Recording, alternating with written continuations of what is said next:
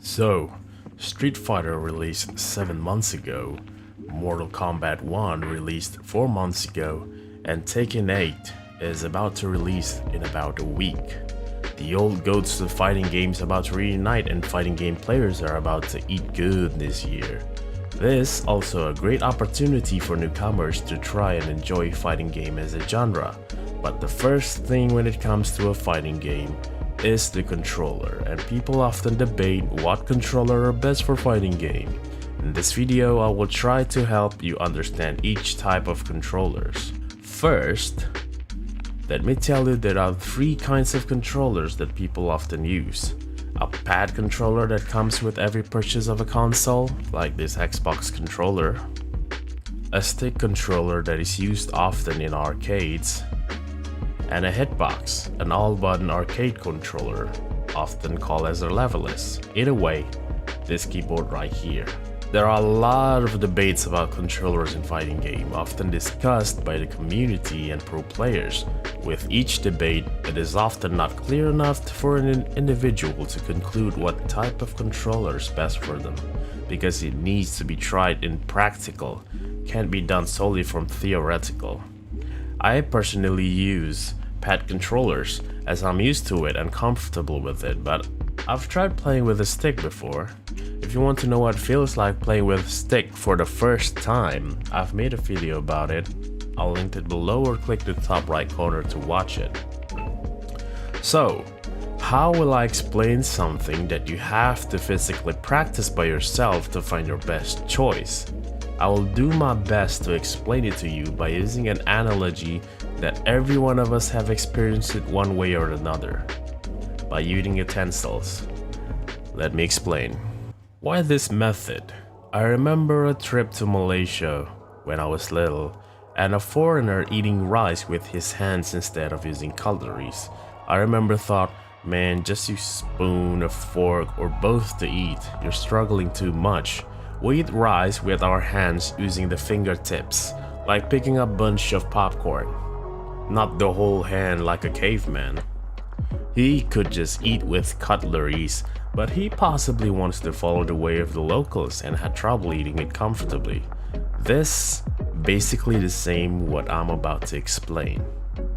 We have 3 kinds of controllers: pad, stick, and leverless.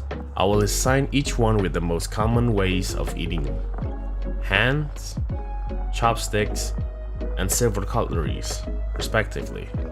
So pad is hands, stick is chopsticks, and leverless is silver cutleries. It may come into question, why did you think it this way? I simply thought the first thing that comes with every console is a pad, and the same thing applies when eating. If we want to eat, we all have our hands and use them if we want to eat as soon as possible. If you don't want to use your hands, you can opt to use chopstick or silver cutleries. The same thing applies to fighting game. The only difference is stick or leverless cost 1,000 times more expensive than the cutlery's counterparts. There are some people that are not comfortable using the others. Let's say you're about to eat white rice. You could eat with hands like us Indonesians, use chopsticks if you prefer, or silver cutleries for easier method. Each have their own methods, and the consumers have their own preference. There are also some people learn their ways through it.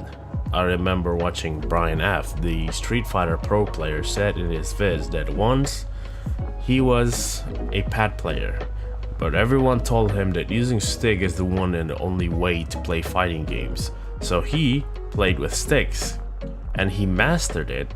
Everyone don't give a damn what others are using. I'm not explaining about it in the long term, I'm just explaining the first part of it. The moment you put hours into getting used to it, as you have never experienced the peripherals at all. If we want to discuss which one is better in every way, possibly leverless is the only answer, since you can press a button much faster compared to a pad or stick. But still, you need to put the hours into practicing it first before you can experience it to the maximum. Then again, if one controller is the best according to the debate, we would have our pro players using only one type of controller. But we didn't, because each have their own preference. I hope in this way you can understand a bit about the struggle of using different controllers. But it is the way it is.